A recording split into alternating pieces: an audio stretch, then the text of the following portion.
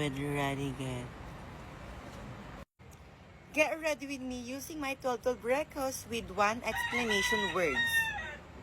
So kindly reminder, this is from working student or student friendly, yung mga i-recommend ko, okay? Sa base muna tayo. Aeroplano. Hapon na nga ako nag-video para walang mga aeroplano dumadaan. Meron pa rin pala sa hapon. Pero kire. Etong i-recommend ko ngayon is ang first base ng Colorette. Okay? One explanation lang siya and is Pirena. Ate Elise, bakit Pirena?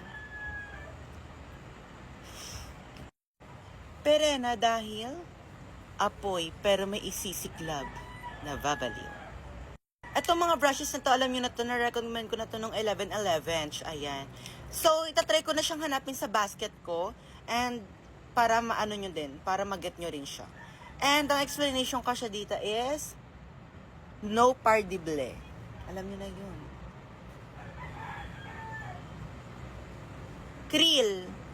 Ayan, kung finding kayo ng very pasabog na concealer, like, matatakpan niya lahat ng burikat sa face, I suggest this from second base na from Colorette.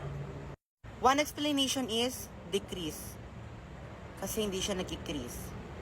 Kire? Krill. Pati rin pala itong sa Lissue Pop, isasabay ko na siya sa concealer. Ayan. Kasi ito not absorption.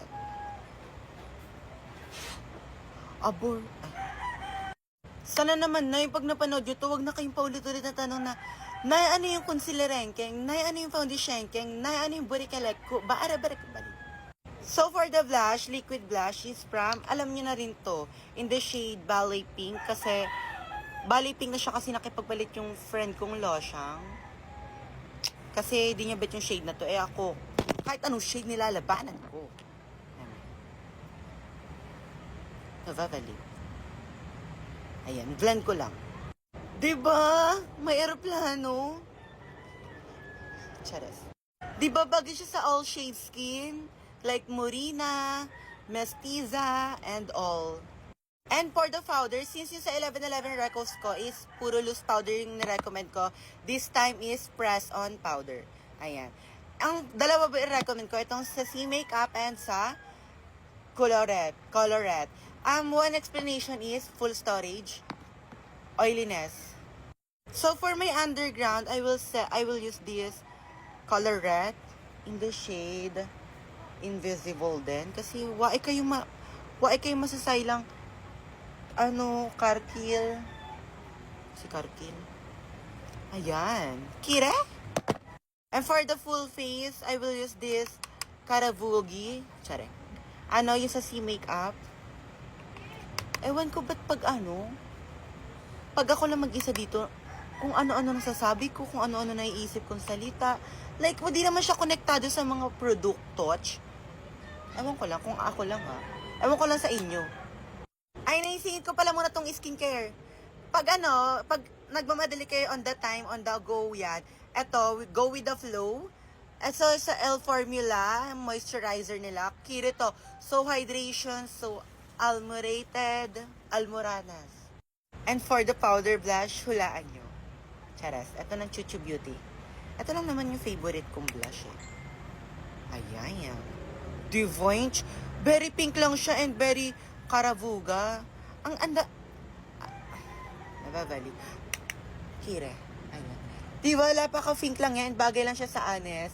Sa mga morena, like ganyan. Kire. And ito, kahit bigyan nyo to ng PETA 1, PETA 2, PETA 3, PETA 4, hanggang PETA 10, carry nyan labanan.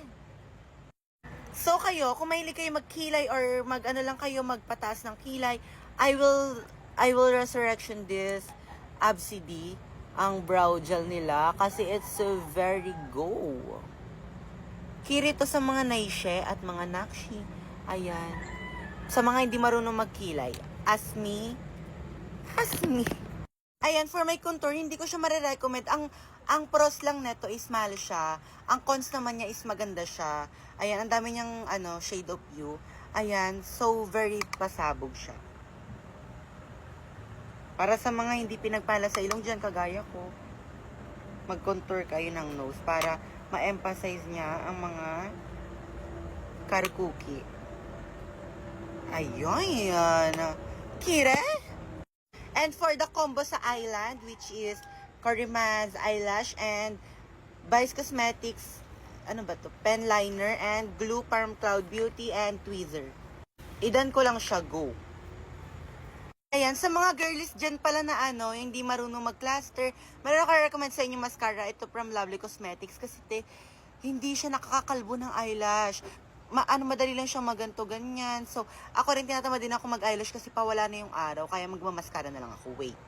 So, ayan, nag-fight line lang ako dyan para iba naman yung look. Kire? And for the lippy, kung namamahalan kayo sa mousse tint ng Easy, kiri na to para ma-recognize niya yung hinahanap nyo. Etong sa JMCY. Mababaliw.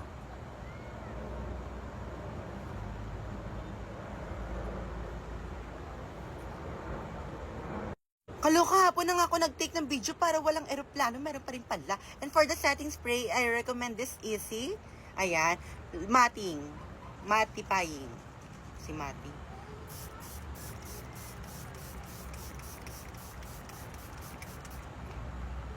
So, ayan, ayusin ko na tulok na to, tapos magbabalik na ako, okay? And this is the final look. Diba? Very estudyante. So, that's all. Thank you.